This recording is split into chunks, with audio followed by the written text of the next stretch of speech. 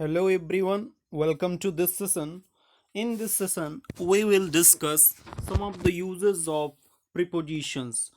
Let us take our first preposition. तो सबसे पहले हम लोग बात करेंगे कि टाइम के पहले, मंथ के पहले, ईयर के पहले, डे के पहले और डेट के पहले हम लोग किन प्रीपोजिशंस का यूज करेंगे। ठीक है, तो देखो अगर टाइम का यूज हुआ है, ठीक है, किसी सेंटेंस में टाइम आया है तो टाइम के पहले आपको एट का यूज करना है। किसका यूज करना है? एट का यूज करना है। ठीक है, ये टाइम एग्जैक्ट टाइम होगा, ठीक है, आवर में, ठीक है, 7 o'clock 8 o'clock, ठीक है। तो जैसे सेंटेंस है अपना, I reach Delhi eight 7 o'clock, ठीक है। तो टाइम के पहले क्या यूज करना है? टाइम के पहले एट का यूज करना है। Is it clear?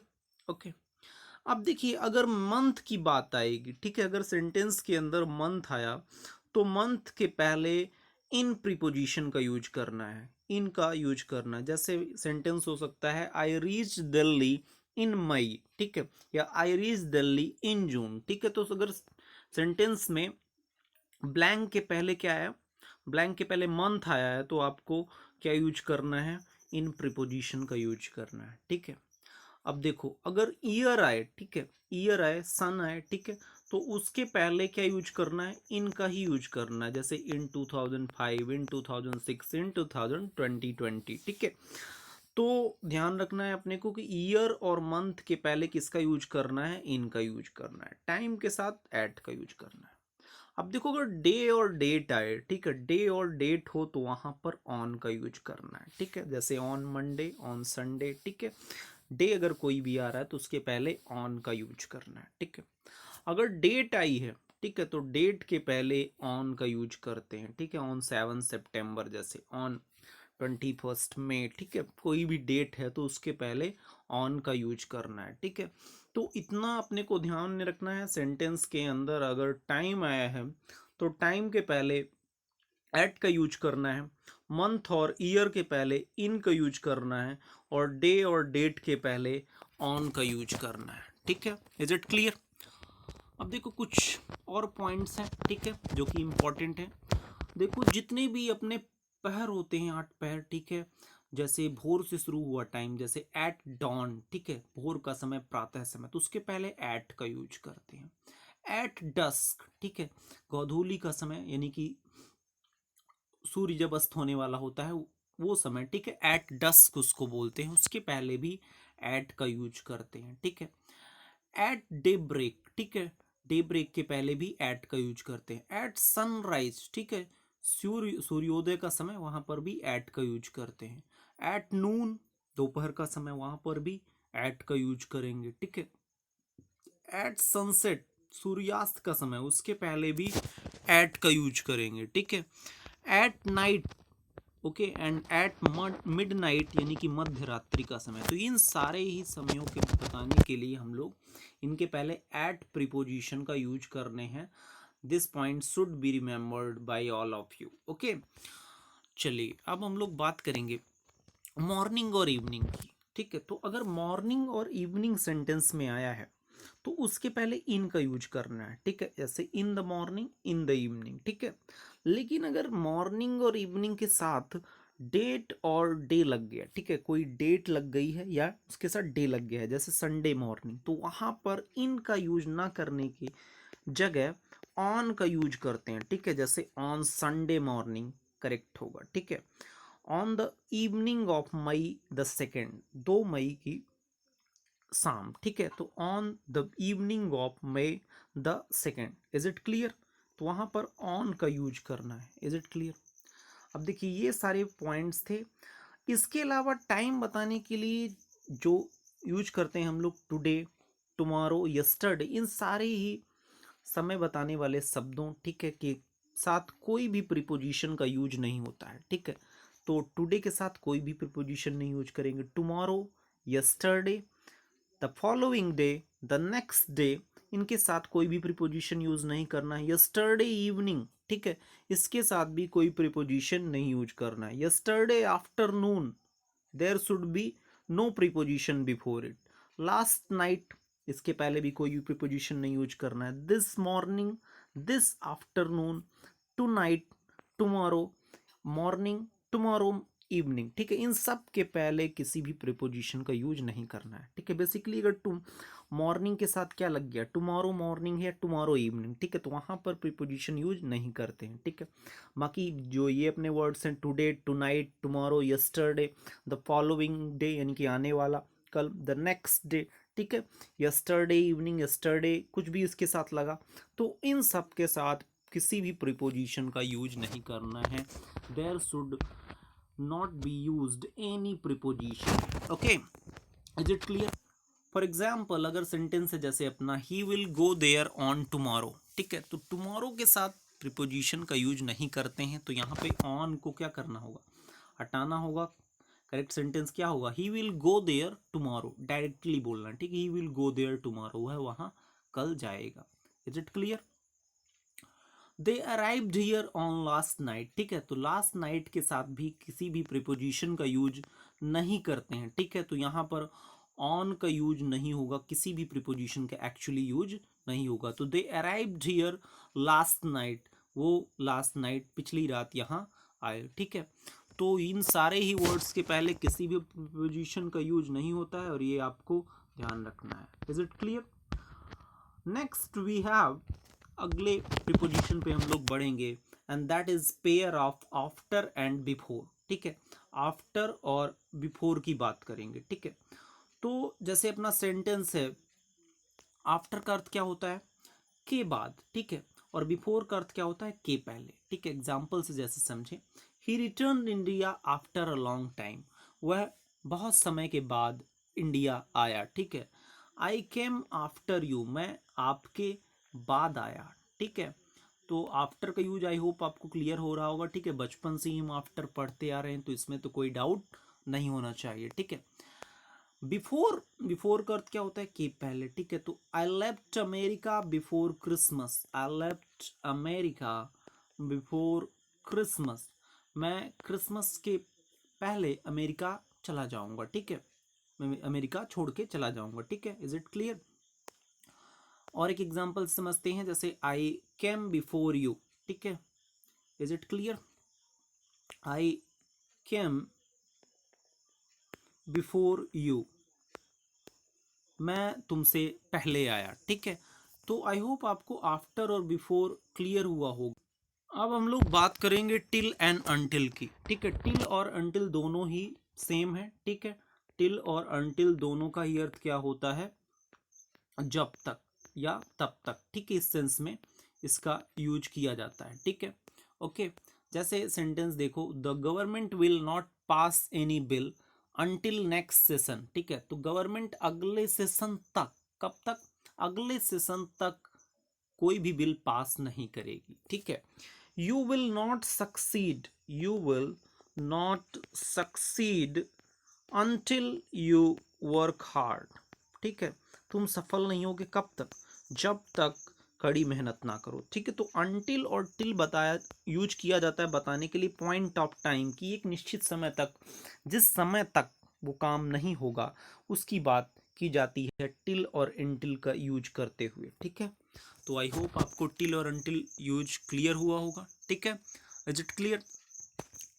और एक बात और आपको ध्यान रखनी है कि अनटिल और टिल के साथ नॉट का यूज नहीं होता है, अनटिल और टिल के साथ नॉट का यूज नहीं होगा, ठीक है। नो, नॉट, नेवर, सारे नेगेटिव वर्ड्स का यूज नहीं होता है। अनटिल के जैसे ही एक और वर्ड्स है अनलेस, ठीक है।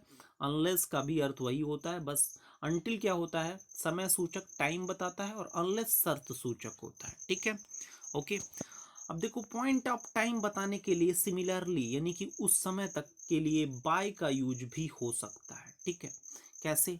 जैसे फ्यूचर का अपना एक सेंटेंस हो, जैसे we shall have finished the syllabus, हम सिलेबस खत्म कर चुके होंगे, कब तक, by the end of next month, अगले महीने के अंत तक, ठीक है।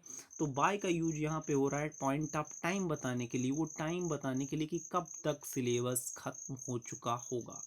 We shall have finished the syllabus by the end of next month, ठीक है। Is it clear?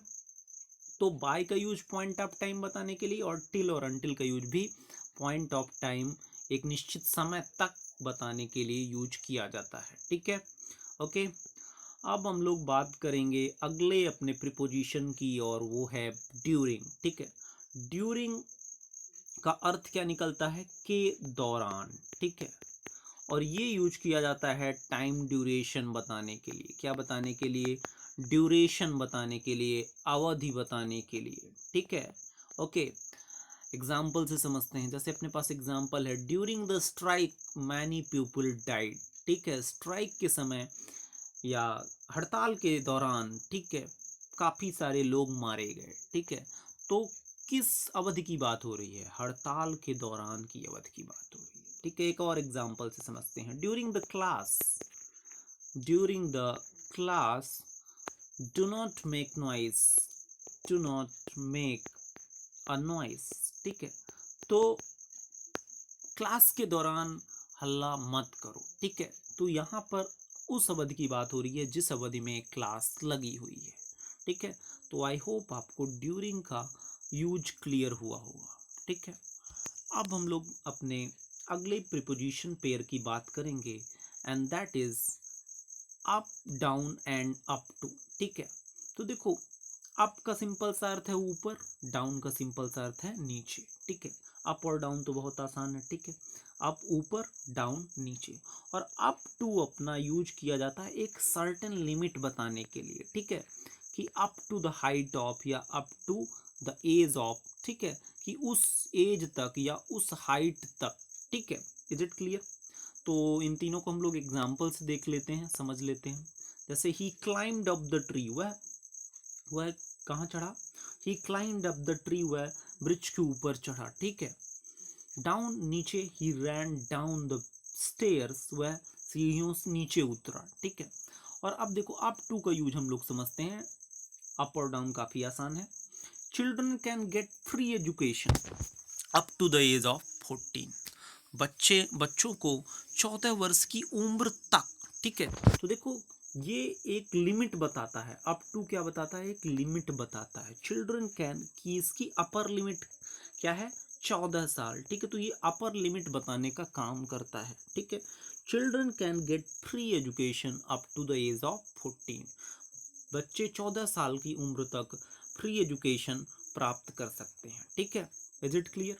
तो आई होप आपको अप टू का भी यूज क्लियर हुआ होगा। ठीक है, अब हम लोग बात करेंगे कुछ डायरेक्शन बताने वाले प्रीपोजिशंस की। ठीक है, ओके। तो अपना पहला कंफ्यूजिंग पेयर है टू एंड टू वर्ड्स। ठीक है, टू एंड टू वर्ड्स। ठीक है, तो देखो, टू का यूज किया जाता है डेस्टिनेशन बताने के लिए, लक्ष्य बताने के लिए। ठीक है, टू का यूज अगर हम जिस लक्ष्य के लिए चले हैं और उसी लक्ष्य में पहुंच रहे हैं, उसी डेस्टिनेशन में पहुंच रहे हैं। ठीक है, ओके, तो वहां पर टू का यूज होता है।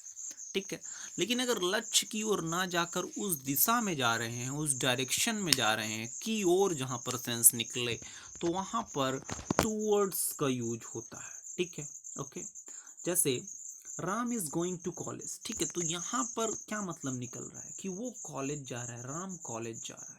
और अगर मैं टू की जगह टूवर्ड्स यूज कर दूं, तब क्या अर्थ निकलेगा? Ram is going towards college, तो राम कॉलेज की ओर जा रहा है। ठीक है, तो यहाँ पर कॉलेज डेस्टिनेशन नहीं जा रहा है, उसकी ओर जा रहा है। उसी की ओर कोई कॉफी शॉप हो सकता है, ठीक है, या कुछ भी हो सकता है, वहां पे जा रहा है, लेकिन कॉलेज नहीं जा रहा है। ठीक है, तो डेस्टिनेशन बताने के लिए, एग्जैक्ट डेस्टिनेशन बताने के लिए टू का यूज होता है, लेकिन डायरेक्शन बताने के लिए, उसी ओर जा रहा है, ये बताने के लिए टूवर्ड्स का यूज होता है। ठीक है, जैसे सेंड हिम टू स्कूल। ठीक है, प्रिंसिपल ने बोला, ठीक है, कि अपने बच्चों को क्या करो?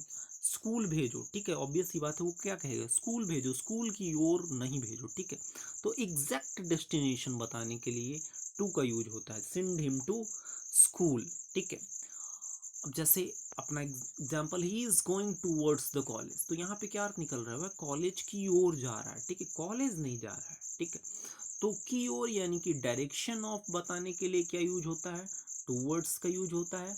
और एग्जैक्ट डेस्टिनेशन बताने के लिए टू का यूज होता है। ठीक है, तो आई होप आपको टू और टूवर्ड्स का यूज भी क्लियर हो गया होगा। बात करेंगे अब हम लोग फॉर की। ठीक है। तो फॉर का एक अर्थ तो देखिए, फॉर के 2-3 अर्थ होते हैं। एक अर्थ मैं आपको पहले ही बता चुका हूँ, के लिए, ठीक है। जैसे the police is for our safety, the police is for our safety, police हमारी सुरक्षा के लिए, ठीक है। तो यहाँ पर फॉर का अर्थ क्या निकल रहा है, के लिए, ठीक है। These classes are for you, ठीक है, ये क्लासेस आप लोगों के लिए है, ठीक है। तो यहाँ पर फॉर का अर्थ के लिए निकलता है, ठीक है। एक फॉर का यूज हम लोग किया करते थे कहाँ पर, परफेक्ट और परफेक्ट कॉन्टिन्यूअस टेंसेस में, क्या बताने के लिए, पॉइंट बताने के लिए, टाइम बताने के लिए, ठीक है, टाइम ड्यूरेशन बताने के लिए हम लोग यूज किया करते थे। अब देखो, फॉर का एक और यूज है प्रीपोजिशन ऑफ डायरेक्शन के रूप में। क्या यूज है, डायरेक्शन बताने के लिए, क्या कि प्रीपोजिशन ऑफ डायरेक्शन के रूप में डेस्टिनेशन बताने के लिए, ठीक है, फॉर का यूज किया जा सकता है, ठीक है। जैसे I am leaving for Satna, मैं सतना की ओर, मैं सतना जा रहा हूँ, मैं सतना के लिए निकल रहा हूँ, ठीक है। आई एम, और जैसे अपना एक ये सेंटेंस है, he is leaving for America tonight, वह अमेरिका के लिए आज रात निकल रहा है, ठीक है। तो कहाँ के लिए निकल रहा है, ये डेस्टिनेशन बताने का काम कौन कर रहा है, यहाँ पे फॉर कर रहा है, ठीक है। तो फॉर का ये तीसरा यूज है। आई होप आपको ये क्लियर हुआ होगा।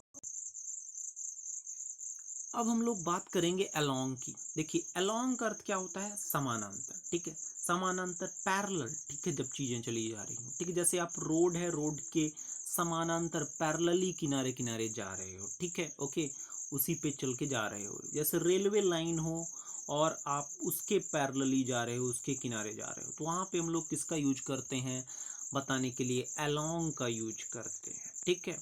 जब किसी एक को किसी दूसरी वस्तु के समानांतर दर्शाना हो, पैरेलल दर्शाना हो, तो हम लोग किसका यूज करते हैं, अलोंग का यूज करते हैं, ठीक है, ओके। एग्जाम्पल से समझते हैं। I walked along the railway line, मैं रेलवे लाइन के किनारे किनारे, यानी रेलवे लाइन के पैरेलली जा रहा था, ठीक है। तो मैं रेलवे लाइन के किनारे किनारे जा रहा था, ये बताने के लिए हम लोग किसका यूज कर रहे हैं, अलोंग का यूज कर रहे हैं, ठीक है। ये बहुत ही फेमस एग्जाम्पल है और इससे काफ़ी बार क्वेश्चन आ चुका है कि ही वॉक्स डैश डैश द रोड। तो यहाँ पर हमेशा आप यूज करो क्या, अलोंग का यूज करो। आप रोड के किनारे किनारे पैरेलली जाते हो, ठीक है। तो ही वॉक्स अलोंग द रोड, ना कि ही वॉक्स ऑन द रोड, ठीक है। तो ऑन का यूज मत करो, क्या बोलो, I walk along the road, ठीक है, ओके।